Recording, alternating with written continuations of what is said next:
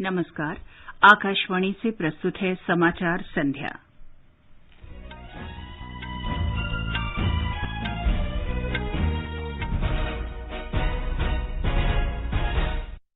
रक्षा मंत्री राजनाथ सिंह ने लोकसभा को बताया, वास्तविक नियंत्रण रेखा पर चीन के सैनिकों का उग्र व्यवहार पिछले सभी समझौतों का उल्लंघन।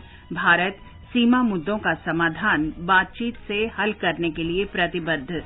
प्रधानमंत्री नरेंद्र मोदी ने बिहार में नमामि गंगे और अमृत योजना के तहत विभिन्न परियोजनाओं का उद्घाटन किया। कोविड से संघर्षरत स्वास्थ्य कर्मियों के लिए प्रधानमंत्री गरीब कल्याण पैकेज बीमा योजना 6 और महीनों के लिए बढ़ाई गई। सरकार ने कहा, देश में ऑक्सीजन सिलेंडरों की कोई कमी नहीं। मंत्रिमंडल ने बिहार के दरभंगा में नए एम्स की स्वीकृति दी। पलवल से सोनीपत के लिए हरियाणा ऑर्बिटल रेल कॉरिडोर परियोजना को भी स्वीकृति दी। समाचार संध्या में नईम अख्तर के साथ मैं चंद्रिका जोशी। रक्षा मंत्री राजनाथ सिंह ने कहा है कि भारत अपने सीमा क्षेत्रों पर मौजूद वर्तमान मसलों को शांतिपूर्ण बातचीत और विचार विमर्श के साथ हल करने के लिए प्रतिबद्ध है। श्री राजनाथ सिंह ने कहा कि आपसी सम्मान और संवेदनशीलता पड़ोसियों के साथ शांतिपूर्ण संबंध बनाए रखने का आधार है। वास्तविक नियंत्रण रेखा पर उत्पन्न स्थिति के बारे में आज लोकसभा में दिए गए बयान में उन्होंने कहा कि भारत मौजूदा स्थिति को बातचीत से हल करने के प्रति गंभीर है। हमने चाइनीज साइड के साथ डिप्लोमेटिक और मिलिट्री एंगेजमेंट बनाए रखा है। इन डिस्कशंस में 3 की प्रिंसिपल्स हमारी अप्रोच को तय करते हैं। फर्स्ट, दोनों पक्षों को एलएसी का सम्मान और कड़ाई से पालन करना चाहिए। सेकंड, किसी भी पक्ष को अपनी तरफ से यथास्थिति का उल्लंघन करने का प्रयास नहीं करना चाहिए। और थर्ड, दोनों पक्षों के बीच सभी समझौतों और अंडरस्टैंडिंग्स का पूर्णतया पालन होना चाहिए। रक्षा मंत्री ने सदन से उन सशस्त्र बलों के हित में एक प्रस्ताव पारित करने को भी कहा जो खराब मौसम की स्थितियों में भी ऊंचाई वाले स्थानों पर मातृभूमि की रक्षा में डटे हैं। श्री सिंह ने कहा कि चीन लद्दाख में लगभग 38,000 वर्ग किलोमीटर के क्षेत्र पर लगातार गैर कानूनी कब्जा बनाए हुए है। उन्होंने कहा कि तथाकथित चीन पाकिस्तान सीमा समझौता 1963 के अंतर्गत पाकिस्तान ने गैर कानूनी रूप से पाक अधिकृत कश्मीर का 5,180 वर्ग किलोमीटर क्षेत्र चीन को सौंप दिया है। रक्षा मंत्री ने कहा कि पहले भी चीन के साथ सीमा क्षेत्र पर टकराव की स्थितियां बनी थीं, जिसे शांतिपूर्ण ढंग से हल कर लिया गया था। उन्होंने कहा कि वास्तविक नियंत्रण रेखा पर चीन के सैनिकों द्वारा किया गया उग्रतापूर्ण व्यवहार पिछले सभी समझौतों का उल्लंघन है। श्री राजनाथ सिंह ने कहा कि हालांकि चीन ने अपने सैनिकों की बड़ी संख्या और हथियार को वास्तविक नियंत्रण रेखा पर तैनात किया है, परंतु भारतीय सेना सीमा पर उत्पन्न हर स्थिति से निपटने के लिए तैयार है। इस वर्ष हाल की घटनाओं में चाइनीज फोर्सेस का वायलेंट कंडक्ट सभी म्यूचुअली एग्रीड नॉर्म्स का पूरी तरह से उल्लंघन है। अभी की स्थिति के अनुसार चाइनीज साइड ने एलएसी और अंदरूनी क्षेत्रों में बड़ी संख्या में सैनिक टुकड़ियां और गोला बारूद मोबिलाइज किया हुआ है। चीन की कार्रवाई के जवाब में हमारी आर्म्ड फोर्सेज ने भी इन क्षेत्रों में उपयुक्त काउंटर डिप्लॉयमेंट्स किए ताकि भारत के सिक्योरिटी इंटरेस्ट को पूरी तरह से सुरक्षित रखा जा सके। कांग्रेस के सदस्यों ने इस मुद्दे पर चर्चा की मांग को लेकर सदन से वॉकआउट किया। प्रधानमंत्री नरेंद्र मोदी ने नमामि गंगे और अमृत योजना के तहत बिहार में शहरी बुनियादी ढांचे से संबंधित 7 परियोजनाओं का वीडियो कॉन्फ्रेंस के जरिए उद्घाटन किया और आधारशिला रखी। इनमें से 4 परियोजनाएं जलापूर्ति से संबंधित हैं, जबकि 2 जलमल उपचार और 1 नदी क्षेत्र के विकास से जुड़ी है। इन परियोजनाओं की कुल लागत 541 करोड़ रुपए है। प्रधानमंत्री ने कहा कि गंगा नदी को स्वच्छ रखने के लिए बिहार में 6,000 करोड़ रुपए की 50 से अधिक परियोजनाओं को मंजूरी दी गई है। उन्होंने कहा कि गंगा के किनारे कई पर्यटन स्थल विकसित किए जा रहे हैं। उन्होंने आशा व्यक्त की कि नमामि गंगे परियोजना लोगों के जीवन शैली को बदल देगी। उन्होंने कहा कि नमामि गंगे मिशन, डॉल्फिन परियोजना और गंगा में जैव विविधता के लिए भी बहुत सहायक सिद्ध होगा। नमामि गंगे मिशन के तहत बिहार सहित पूरे देश में 180 से अधिक घाटों के निर्माण का काम चल रहा है। इसमें से 130 घाट पूरे भी हो चुके हैं। देश में गंगा किनारे कई जगहों पर आधुनिक सुविधाओं से युक्त रिवर फ्रंट पर भी काम तेजी से चल रहा है। पटना में तो रिवर फ्रंट का प्रोजेक्ट पूरा हो चुका है। मुजफ्फरपुर में भी ऐसा ही रिवर फ्रंट बनाने की परियोजना का शिलान्यास किया गया है। प्रधानमंत्री ने कहा कि केंद्र और बिहार सरकार के संयुक्त प्रयासों से राज्य भर के शहरों में पीने के पानी और सीवर जैसी बुनियादी सुविधाओं में लगातार सुधार हो रहा है। श्री मोदी ने कहा कि जल जीवन मिशन के तहत पिछले 1 वर्ष में बड़े स्तर पर काम हुआ है। बीते 1 साल में जल जीवन मिशन के तहत पूरे देश में 2 करोड़ से ज्यादा पानी के कनेक्शन दिए जा चुके हैं। आज देश में हर दिन 1 लाख से ज्यादा घरों को पाइप से पानी के नए कनेक्शन से जोड़ा जा रहा है। स्वच्छ पानी मध्यम वर्ग का, गरीब का न सिर्फ जीवन बेहतर बनाता है बल्कि उन्हें अनेक गंभीर बीमारियों से भी बचाता है। गृह मंत्री अमित शाह ने बिहार में इन परियोजनाओं के उद्घाटन और शिलान्यास पर प्रधानमंत्री का आभार व्यक्त किया। श्री अमित शाह ने कहा कि 2014 के बाद से मोदी सरकार बिहार के लोगों के कल्याण और राज्य के विकास के लिए समर्पित भाव से काम कर रही है। केंद्रीय मंत्रिमंडल ने बिहार के दरभंगा में प्रधानमंत्री स्वास्थ्य सुरक्षा योजना के तहत एक अखिल भारतीय आयुर्विज्ञान संस्थान एम्स बनाने की स्वीकृति दे दी है। इसमें एमबीबीएस की अंडर ग्रेजुएट की 100 और बीएससी नर्सिंग की 60 सीटें होंगी। इसका निर्माण 4 वर्ष में 1,264 करोड़ रुपए की लागत से किया जाएगा। मंत्रिमंडल की आर्थिक मामलों की समिति ने सोना मानेसर खरखौदा के रास्ते पलवल से सोनीपत तक हरियाणा ऑर्बिटल रेल कॉरिडोर परियोजना को मंजूरी दे दी है। ये रेल लाइन पलवल से शुरू होकर दिल्ली अंबाला खंड पर हरसाना कला स्टेशन पर समाप्त होगी। परियोजना का काम 5 वर्ष में पूरा किया जाएगा और इस पर करीब 5,617 करोड़ रुपए की लागत आएगी। ये समाचार हमारी वेबसाइट newsonair.com/hindi और हमारे mobile app news on AIR पर भी उपलब्ध हैं। सामान पैक कर दिया है, अपना ख्याल रखिएगा। और आप यहाँ परिवार का, माँ को अस्पताल लेके जाना है। और पैसे? अरे मैं ही तो जा रहा हूँ शहर। माँ का आयुष्मान भारत कार्ड तो यहीं छोड़े जा रहा हूँ ना। तो इससे यहाँ भी मुफ्त इलाज मिलेगा? यही तो खूबी है इस योजना की। मन की बात में प्रधानमंत्री जी ने भी तो बताया था। लो तुम भी सुन लो। आयुष्मान भारत योजना के साथ एक बहुत बड़ी विशेषता पोर्टेबिलिटी की सुविधा भी है। पोर्टेबिलिटी ने देश को एकता के रंग में रंगने में भी मदद की है। यानी बिहार का कोई गरीब अगर चाहे तो उसे कर्नाटका में भी वही सुविधा मिलेगी जो उसे अपने राज्य में मिलती है। भारत सरकार की आयुष्मान भारत पीएम जय योजना दे रही है देश के 50 करोड़ से अधिक लोगों को प्रति वर्ष रुपए 5 लाख तक का मुफ्त इलाज। योजना के तहत लाभार्थियों के लिए कोविड-19 की जांच और इलाज मुफ्त है। 14555 पर कॉल कर योजना में अपना नाम जानिए और ई कार्ड बनवाने के लिए नजदीकी सीएससी केंद्र या सूचीबद्ध सरकारी या प्राइवेट अस्पताल जाएं। आयुष्मान भारत की छांव शहर हो या गांव। एक सुनहरा भारत, नया भारत, तरक्की की राह पर लगातार आगे बढ़ता भारत। चाहे जल हो, आकाश या बर्फीली चोटियां, अपनी सीमाओं की दिन रात डटकर चौकसी करता भारत।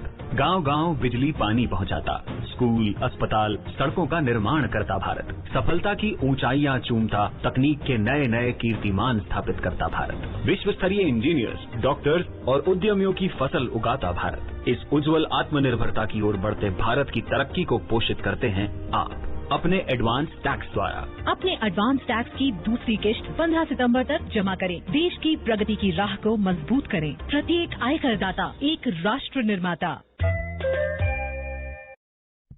समाचार संध्या में आपका फिर स्वागत है।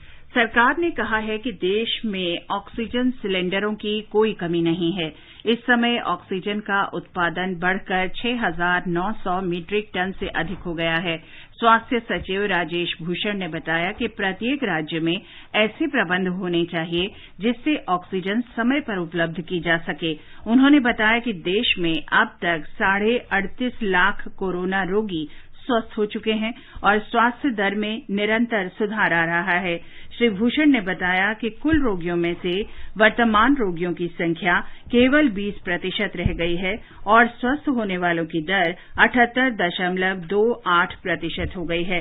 स्वास्थ्य सचिव ने कहा कि भारत में प्रति 10 लाख की आबादी पर 3,573 मरीज हैं। हमारे यहाँ 3,500 केस प्रति मिलियन पॉपुलेशन है, जबकि अन्य देशों में ये 5,000 से लेकर ऑलमोस्ट 22,000 प्रति मिलियन तक हैं। डेथ प्रति मिलियन यहाँ भी भारत सबसे नीचे संख्या दिखा रहा है। हमारे यहाँ 58 मृत्यु प्रति मिलियन होती हैं, जबकि विश्व के अन्य देशों में 128 से लेकर लगभग 600 से कुछ अधिक मृत्यु प्रति मिलियन हो रही हैं। भारतीय चिकित्सा अनुसंधान परिषद के महानिदेशक डॉक्टर बलराम भार्गव ने कहा कि भारत में 3 वैक्सीनों पर चिकित्सा परीक्षण चल रहे हैं। सांसदों के वेतन भत्तों और पेंशन संबंधित संशोधन विधेयक 2020 आज लोकसभा में पारित कर दिया गया। ये विधेयक इस वर्ष 6 अप्रैल को केंद्रीय मंत्रिमंडल द्वारा पारित किए गए इस संबंधी अध्यादेश का स्थान लेगा। विधेयक में सांसदों और मंत्रियों के वेतन और भत्तों में 30% की कटौती का प्रावधान है। विधेयक में सांसदों के संसदीय क्षेत्र भत्ते और कार्यालय खर्च भत्ते में कटौती का भी प्रावधान है। ये 1 अप्रैल 2020 से 1 वर्ष के लिए प्रभावी रहेगा। लोकसभा सदस्यों ने पार्टी लाइन से ऊपर उठकर कोविड से निपटने के सरकार के प्रयासों के तहत लाए गए इस विधेयक का समर्थन किया है। संसदीय कार्य मंत्री प्रहलाद जोशी ने कल लोकसभा में इस विधेयक को पेश किया था। कोविड-19 के खिलाफ लड़ने वाले स्वास्थ्य कर्मचारियों के लिए प्रधानमंत्री गरीब कल्याण पैकेज बीमा योजना को अगले 6 महीने के लिए बढ़ा दिया गया है। ये केंद्रीय योजना सामुदायिक स्वास्थ्य कार्यकर्ताओं सहित उन स्वास्थ्य सेवा प्रदाताओं को 50 लाख रुपए के बीमा के दायरे में लाती है जिन्हें कोविड-19 रोगियों के सीधे संपर्क और देखभाल में रहना पड़ सकता है तथा उन्हें संक्रमित होने का जोखिम बना रहता है। इस योजना में कोविड-19 के कारण दुर्घटनावश मौत के शिकार लोग भी शामिल हैं। इस योजना में निजी अस्पताल के कर्मचारी, सेवानिवृत्त स्वयंसेवक, स्थानीय शहरी निकाय, अनुबंध या दैनिक वेतनभोगी, तदर्थ और आउटसोर्स कर्मचारी शामिल हैं। ये समाचार हमारी वेबसाइट newsonair.com/hindi और हमारे mobile app news on AIR पर भी उपलब्ध है। सामान पैक कर दिया है, अपना ख्याल रखिएगा। और आप यहाँ परिवार का माँ को अस्पताल लेके जाना है। और पैसे? अरे मैं ही तो जा रहा हूँ शहर। माँ का आयुष्मान भारत कार्ड तो यहीं छोड़े जा रहा हूँ ना। तो इससे यहाँ भी मुफ्त इलाज मिलेगा? यही तो खूबी है इस योजना की। मन की बात में प्रधानमंत्री जी ने भी तो बताया था। लो तुम भी सुन लो। आयुष्मान भारत योजना के साथ एक बहुत बड़ी विशेषता पोर्टेबिलिटी की सुविधा भी है। पोर्टेबिलिटी ने देश को एकता के रंग में रंगने में भी मदद की है। यानी बिहार का कोई गरीब अगर चाहे तो उसे कर्नाटका में भी वही सुविधा मिलेगी जो उसे अपने राज्य में मिलती है। भारत सरकार की आयुष्मान भारत पीएम जय योजना दे रही है देश के 50 करोड़ से अधिक लोगों को प्रति वर्ष रुपए 5 लाख तक का मुफ्त इलाज। योजना के तहत लाभार्थियों के लिए कोविड-19 की जांच और इलाज मुफ्त है। 14555 पर कॉल कर योजना में अपना नाम जानिए और ई कार्ड बनवाने के लिए नजदीकी सीएससी केंद्र या सूचीबद्ध सरकारी या प्राइवेट अस्पताल जाएं। आयुष्मान भारत की छांव शहर हो या गांव। ये आकाशवाणी है।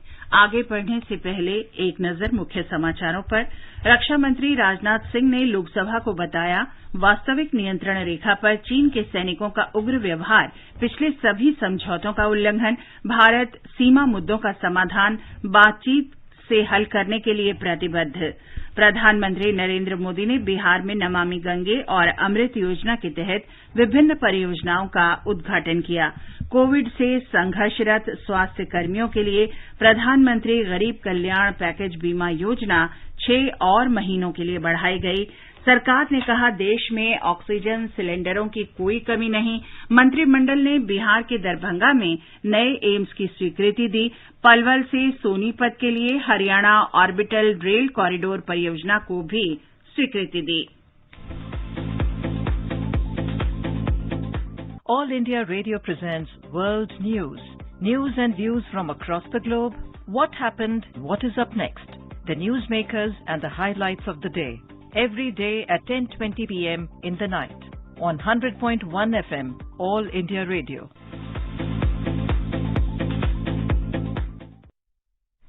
और अब प्रस्तुत है संसद में आज की कार्यवाही की समीक्षा। पहले पेश है लोकसभा की समीक्षा। लेखक हैं पीटीआई भाषा के अनवार उल हक। लद्दाख के पूर्वी क्षेत्र में चीन की सेना के साथ गतिरोध के बीच रक्षा मंत्री राजनाथ सिंह ने आज लोकसभा में वक्तव्य दिया।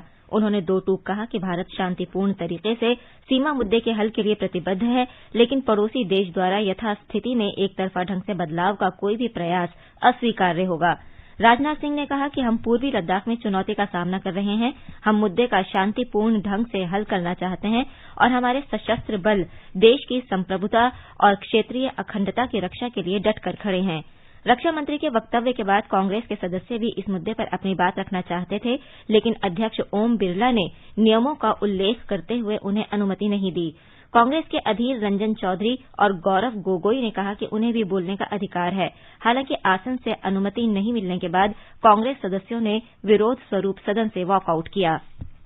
रक्षा मंत्री ने यह भी कहा कि इस सदन को प्रस्ताव पारित करना चाहिए कि ये सदन और सारा देश सशस्त्र बलों के साथ है। उन्होंने कहा कि मैं इस सदन से यह आग्रह करना चाहता हूं कि हमें एक प्रस्ताव पारित करना चाहिए कि हम अपने वीर जवानों के साथ कदम से कदम मिलाकर खड़े हैं, जो कि अपनी जान की परवाह किए बिना विषम परिस्थितियों के बावजूद भारत माता की रक्षा कर रहे हैं। रक्षा मंत्री ने हाल ही में चीन के रक्षा मंत्री वेई फेंघहे से मॉस्को में अपनी बातचीत का जिक्र करते हुए कहा कि मैंने ये भी स्पष्ट किया कि हम इस मुद्दे को शांतिपूर्ण ढंग से हल करना चाहते हैं और हम चाहते हैं कि चीनी पक्ष हमारे साथ मिलकर काम करे। हमने ये भी स्पष्ट कर दिया कि हम भारत की संप्रभुता और क्षेत्रीय अखंडता की रक्षा के लिए पूरी तरह से प्रतिबद्ध हैं। रक्षा मंत्री ने कहा कि इस वर्ष की स्थिति पहले से बहुत अलग है, फिर भी हम मौजूदा स्थिति के शांतिपूर्ण समाधान के लिए प्रतिबद्ध हैं। उन्होंने कहा कि इसके साथ साथ वो सदन को आश्वस्त करना चाहते हैं कि सरकार सभी परिस्थितियों से निपटने के लिए तैयार है। राजनाथ सिंह ने अप्रैल के बाद से पूर्वी लद्दाख में चीन के साथ गतिरोध के हालात और सीमा पर शांति के लिए कूटनीतिक और सैन्य स्तर पर किए गए प्रयासों का भी उल्लेख किया। सदन में आज ही संसद सदस्य वेतन, भत्ता और पेंशन संशोधन विधेयक 2020 लोकसभा में पारित किया गया। इस विधेयक पर चर्चा में भाग लेते हुए अधिकतर विपक्षी सदस्यों ने कहा कि सांसदों के वेतन में कटौती से उन्हें कोई दिक्कत नहीं है, लेकिन सरकार को सांसद निधि के निलंबन पर पुनर्विचार करना चाहिए। लोकसभा में कांग्रेस के नेता अधीर रंजन चौधरी ने कहा कि वो एक पिछड़े हुए क्षेत्र का प्रतिनिधित्व करते हैं और ऐसे में सांसद निधि नहीं होने से विकास कार्य प्रभावित होगा। उन्होंने कहा कि सांसद निधि का अधिकतर पैसा गांवों, अनुसूचित जाति और जनजाति के लिए खर्च होता है और ऐसे में ये निधि निलंबित करके सरकार इनके खिलाफ काम कर रही है।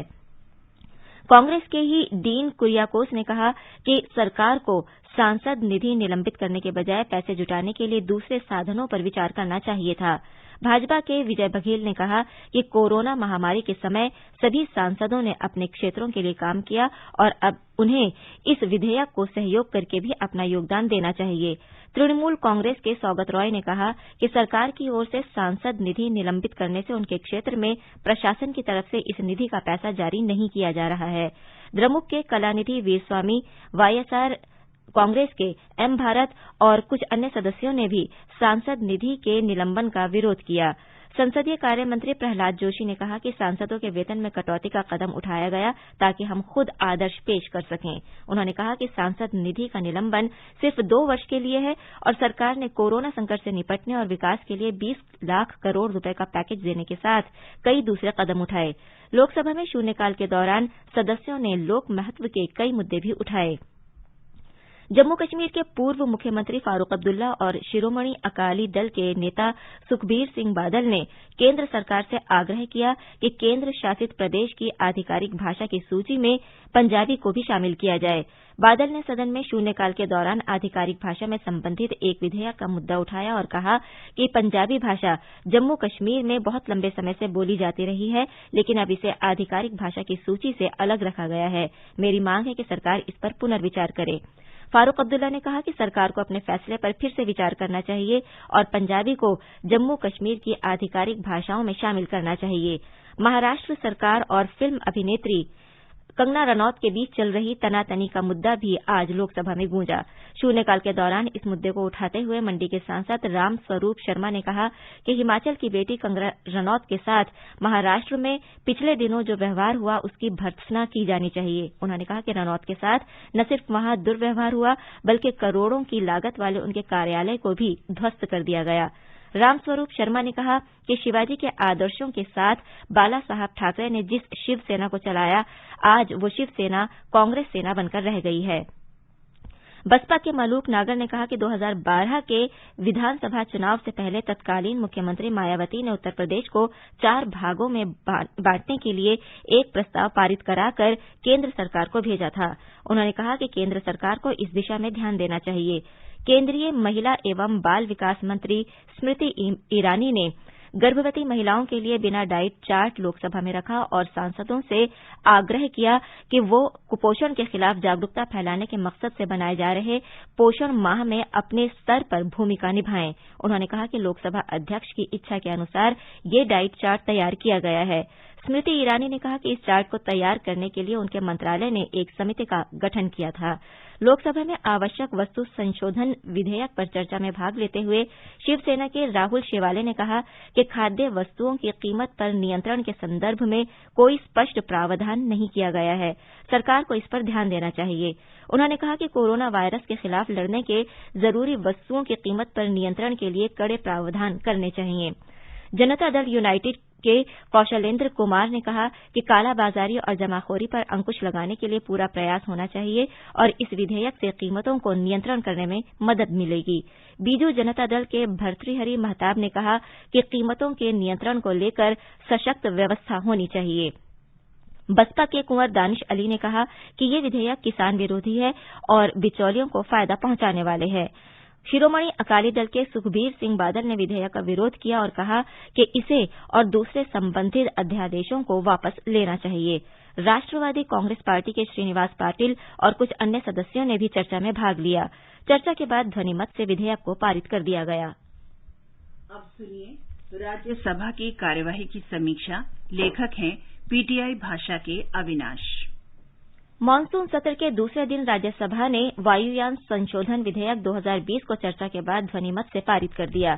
ये विधेयक भारत की विमानन सुरक्षा रेटिंग में सुधार लाने और नागर विमानन महानिदेशालय डीजीसीए सहित विभिन्न नियामक संस्थानों को वैधानिक दर्जा प्रदान करने से संबंधित है। ये विधेयक लोकसभा में पहले ही पारित हो चुका है। इस विधेयक में देश के सशस्त्र बलों से संबंधित विमानों को वायुयान कानून 1934 के दायरे से बाहर रखने का भी प्रावधान है। विधेयक में नए नियमों का उल्लंघन पर जुर्माना राशि को 10 लाख रुपए से बढ़ाकर 1 करोड़ रुपए करने का भी प्रस्ताव है।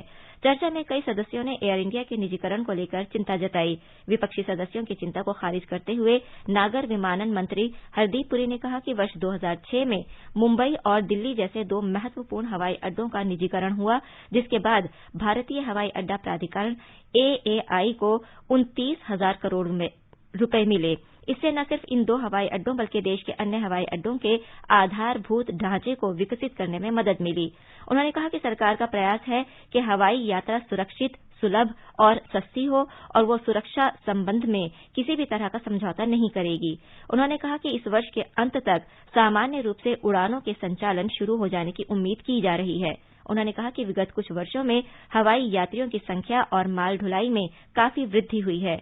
उन्होंने कहा कि पिछले 5 वर्षों में हवाई यात्रियों की संख्या लगभग दोगुनी हो गई है। उन्होंने कहा कि सरकार का प्रयास हवाई अड्डों के बुनियादी ढांचा व्यवस्था को और मजबूत बनाना और हवाई सेवाओं का विस्तार करने का है। उन्होंने कहा कि एयर इंडिया का निजीकरण करने या नहीं करने की दृष्टि से देखने के बजाय उसके 60,000 करोड़ रुपए के बकाया ऋण और उसे खत्म करने के उद्देश्य से देखा जाना चाहिए। चर्चा में भाग लेते हुए कांग्रेस ने देश के 6 हवाई अड्डों के निजीकरण की जांच की मांग की। कांग्रेस सदस्य केसी वेणुगोपाल ने कहा कि भारतीय हवाई अड्डों पर एकाधिकार की ये एक चाल है। उनके आरोप को खारिज करते हुए भाजपा सदस्य जेवीएल नरसिम्हा राव ने दावा किया कि हवाई अड्डों के विकास में पूरी पारदर्शिता है। उन्होंने आरोप लगाया कि पूर्ववर्ती कांग्रेस नेता यूपीए शासन के दौरान सांठ-गांठ वाले पूंजीवाद को बढ़ावा दिया गया था। उन्होंने कहा कि नागरिक उड्डयन क्षेत्र में मोदी सरकार के तहत व्यापक परिवर्तन हुआ है और पिछले 5 वर्षों में यात्री यातायात 2 गुना हो गया है। उन्होंने कहा कि प्रधानमंत्री का उद्देश्य समाज के सभी वर्गों के लिए हवाई यात्रा को सुरक्षित और सुलभ बनाना है। तृणमूल कांग्रेस के दिनेश त्रिवेदी ने वंदे भारत मिशन की सराहना की और सरकार से एयर इंडिया का पुनर्गठन करने की मांग की। चर्चा में बीजू जनता दल के प्रसन्न आचार्य, समाजवादी पार्टी के विशंभर प्रसाद निषाद, द्रमुक के पी विल्सन, मार्क्सवादी कम्युनिस्ट पार्टी की झरना दास वैद्य, राष्ट्रीय जनता दल के मनोज झा, राष्ट्रवादी कांग्रेस पार्टी के प्रफुल्ल पटेल, भारतीय कम्युनिस्ट पार्टी के विनय विश्वम, आम आदमी पार्टी के संजय सिंह, भाजपा के डीपी वत्स, हर्षवर्धन सिंह डूंगरपुर, कांग्रेस के विवेक तन्खा सहित अन्य सदस्यों ने भी भाग लिया। इसके बाद सदन में आयुर्वेद शिक्षण और अनुसंधान संस्थान विधेयक 2020 पर चर्चा शुरू हुई। हालांकि चर्चा अधूरी रही। इससे पहले सुबह बैठक शुरू होने पर सदन में शून्यकाल हुआ, जिसमें विभिन्न दलों के सदस्यों ने लोक महत्व के विषय के तहत अपने अपने मुद्दे उठाए। इस दौरान कई सदस्यों ने कोरोना वायरस के कारण लोगों की आजीविका प्रभावित होने का मुद्दा उठाते हुए मनरेगा योजना में कार्यदिवस की मौजूदा 100 दिन की सीमा को बढ़ाने की मांग की। कांग्रेस सदस्य छाया वर्मा ने कहा कि अभी मनरेगा योजना में 100 दिन के काम का प्रावधान है और मजदूरों की समस्याओं को देखते हुए इसे बढ़ाकर 200 दिन किया जाना चाहिए। कांग्रेस के पीएल पुनिया ने मौजूदा महामारी के मद्देनजर मनरेगा कानून में जरूरी संशोधन करने और न्यूनतम मजदूरी कम से कम 300 रुपये करने की मांग की। फिल्म उद्योग की कथित आलोचना पर नाराजगी जताते हुए समाजवादी पार्टी की सदस्य जया बच्चन ने कहा कि देश में किसी भी संकट के दौरान सहायता में कभी पीछे नहीं रहने वाला ये उद्योग सराहना का हकदार है। उन्होंने कहा कि दुख की बात यह है कि कुछ लोग जिस थाली में खाते हैं उसी थाली में छेद करते हैं। भाजपा के डॉक्टर विकास महात्मे ने एक वेब सीरीज का जिक्र करते हुए सरकार से मांग की कि वेब सीरीज के नियमन के लिए कानून बनाया जाए। शून्यकाल में वाईएसआर कांग्रेस के विजय साई रेड्डी ने पोलावरम परियोजना से जुड़ा मुद्दा उठाते हुए केंद्र से बकाया राशि जल्द जारी करने की मांग की। वहीं टीआरएस सदस्य केआर सुरेश रेड्डी ने विभिन्न राज्यों के बीच नदियों के जल के बंटवारे का मुद्दा उठाया। द्रमुक सदस्य एम षणमुगम ने प्रधानमंत्री किसान योजना से जुड़ा मुद्दा उठाया। मनोनीत शंभाजी छत्रपति और कांग्रेस के राजीव सातव ने मराठा आरक्षण का मुद्दा उठाया। सातव ने कहा कि उच्चतम न्यायालय के एक हालिया फैसले के कारण मराठा आरक्षण पर खतरा पैदा हो गया है। कांग्रेस के रिपुन बोरा ने असम में 2 पेपर मिल बंद हो जाने से बड़ी संख्या में कर्मचारियों के बेरोजगार हो जाने का मुद्दा उठाया। सपा सदस्य राम गोपाल यादव ने कोरोना वायरस महामारी के कारण बड़े पैमाने पर लोगों के बेरोजगार होने और उनमें पैदा हो रही हताशा के कारण आत्महत्या की बढ़ती प्रवृत्ति का मुद्दा उठाया। रामगोपाल यादव ने कोरोना वायरस को फैलने से रोकने के लिए लागू किए गए लॉकडाउन के कारण अपनी आजीविका गंवाने वाले लोगों को हर महीने 15,000 रुपये भत्ता देने का सरकार से अनुरोध किया। इससे पहले सुबह सभापति एम वेंकैया नायडू ने आज अंतर्राष्ट्रीय लोकतंत्र दिवस होने का जिक्र किया। लोकतंत्र के महत्व का जिक्र करते हुए नायडू ने स्वस्थ लोकतंत्र के लिए अधिकारों और कर्तव्यों के बीच संतुलन पर बल दिया। स्वास्थ्य मंत्री डॉक्टर हर्षवर्धन ने सदन की मंजूरी से सहबद्ध और स्वास्थ्य देखरेख वित्त विधेयक 2018 को वापस ले लिया और राष्ट्रीय सहबद्ध और स्वास्थ्य देखरेख वित्त आयोग विधेयक 2020 पेश किया। वहीं वित्त मंत्री निर्मला सीतारमण ने दिवाला और शोधन अक्षमता संहिता दूसरा संशोधन विधेयक 2020 पेश किया। डॉक्टर हर्षवर्धन ने कोविड-19 महामारी और उससे निपटने के लिए सरकार द्वारा उठाए गए कदमों पर सदन में एक बयान दिया। इसमें उन्होंने कहा कि भारत में करीब 92% मामले हल्के लक्षण वाले हैं और केवल 5.8% मामलों में ऑक्सीजन थेरेपी की जरूरत पड़ी और केवल 1.7% मामले आईसीयू वाले रहे। डॉक्टर हर्षवर्धन ने कहा कि राष्ट्रीय स्तर पर लॉकडाउन लगाने के सरकार के साहसिक फैसले को लागू करने से पहले प्रधानमंत्री नरेंद्र मोदी के आह्वान पर लोगों द्वारा जनता कर्फ्यू का पालन करना इस बात का प्रमाण है कि भारत इस महामारी के खिलाफ मिलकर खड़ा रहा। अभी आप संसद में आज हुई कार्यवाही की समीक्षा सुन रहे थे। अंत में मुख्य समाचार एक बार फिर। रक्षा मंत्री राजनाथ सिंह ने लोकसभा को बताया, वास्तविक नियंत्रण रेखा पर चीन के सैनिकों का उग्र व्यवहार, पिछले सभी समझौतों का उल्लंघन, भारत सीमा मुद्दों का समाधान बातचीत से हल करने के लिए प्रतिबद्ध। प्रधानमंत्री ने बिहार में नमामि गंगे और अमृत योजना के तहत विभिन्न परियोजनाओं का उद्घाटन किया। कोविड से संघर्षरत स्वास्थ्य कर्मियों के लिए प्रधानमंत्री गरीब कल्याण पैकेज बीमा योजना 6 और महीने के लिए बढ़ाई गई और सरकार ने कहा कि देश में ऑक्सीजन सिलेंडरों की कोई कमी नहीं। इसके साथ ही समाचार संध्या का ये अंक समाप्त हुआ। नमस्कार।